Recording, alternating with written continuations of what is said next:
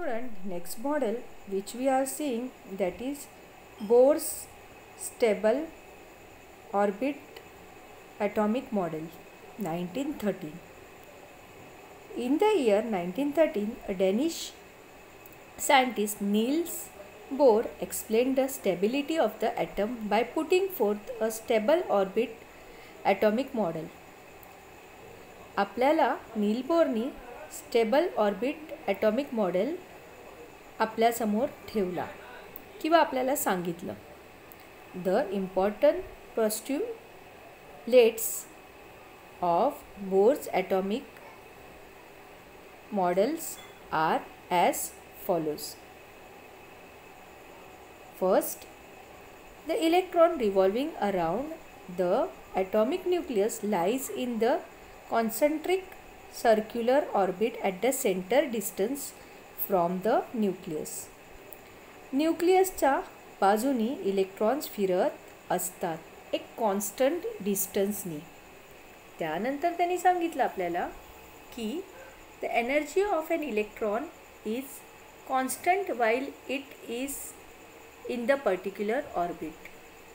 इलेक्ट्रॉन्सची जी एनर्जी असते ती कॉन्स्टंट असते जेव्हा ते एखाद्या पर्टिक्युलर ऑर्बिटमध्ये फिरत असतात तेव्हा.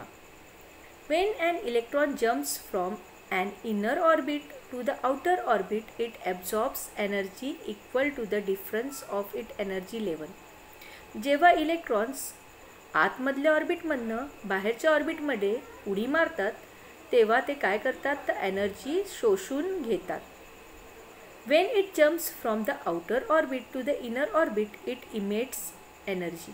आणि जेव्हा ते बाहेरच्या ऑर्बिटमधनं आतमधल्या ऑर्बिटमध्ये उडी मारतात इलेक्ट्रॉन्स तेव्हा ते मात्र एनर्जी बाहेर फेकतात equal to the difference of its energy level. So after this let us see what he has further stated. Some more atomic models were put forth after Bohr's atomic model. The atomic structure was studied at the depth which advent of a new branch of science called quantum mechanics. नवीन branch of science निघाली ती होती quantum mechanics.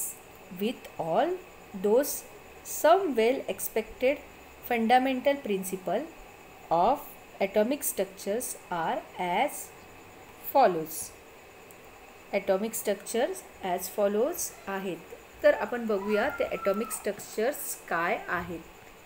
First atomic structure, the atom is formed from the nucleus and the extra nuclear part.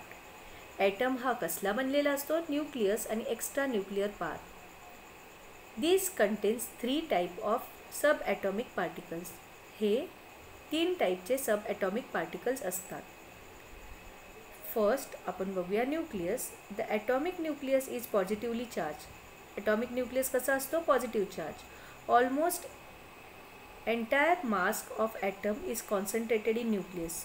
मासचं संपूर्ण ॲटमचं संपूर्ण जे मास असतं ते कशात असतं तर न्यूक्लियसमध्ये. Nucleus contains 2 type of a sub atomic particles together called as a nucleons. 2 sub atomic particles असतात त्यांना बोलतात न्यूक्लॉन्स. न्यूक्लॉन्स कशाचे बनले असतात तर protons and neutrons are the 2 type of nucleons. Proton is a positively charged subatomic particle in the atomic nucleus. The positive charge on the nucleus is due to the proton in it. न्यूक्लियसच्या आतमध्ये जो positive charge असतो तो कशामुळे असतो तर प्रोटॉन्समुळे. Proton is represented by the symbol P. Each proton carries positive charge of 1 electron. That is 1.6 into 10 raised to minus 19 coulomb. When total positive charge on the nucleus is expressed in the unit E, its magnitude is equal to the number of proton in the nucleus. The number of proton in the nucleus of an atom is the atomic number of that element and is denoted by Z. Mass of one proton is approximately 1 dalton. U म्हणजेच dalton. 1 dalton is equal to 1.66 into 10 raised to minus 27 gram. The mass of one hydrogen atom is also approximately 1 dalton. Next article जो आहे तो आहे neutron. Neutron is an electrical neutral subatomic particle. हा neutral असतो म्हणजे ना ह्याला positive charge असतो ना नेगेटिव्ह चार्ज असतो. It is denoted by the symbol N. The number of neutron in the nucleus is denoted by the symbol N. Atomic nuclei of all elements except hydrogen with the atomic mass 1 dalton.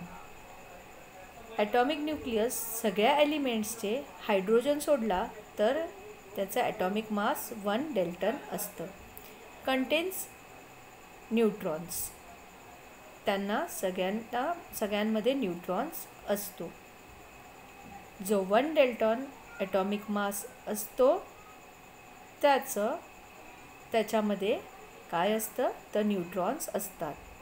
फक्त hydrogen सोडलं तर हायड्रोजनमध्ये neutrons नसतात पण बाकी सगळ्या एलिमेंट्समध्ये neutrons असतात.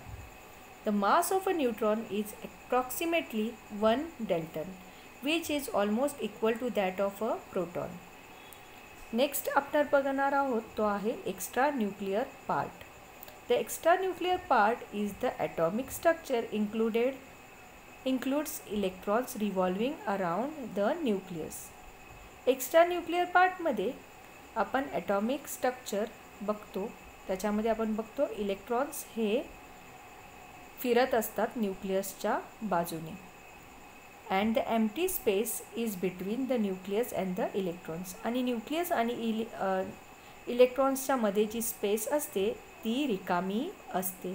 Empty space असते. तर आपण आता न्यूक्लियस, प्रोटॉन्स, त्यानंतर न्यूट्रॉन्स आणि एक्स्ट्रा न्यूक्लियर पार्ट इलेक्ट्रॉन्सबद्दल बघितलं.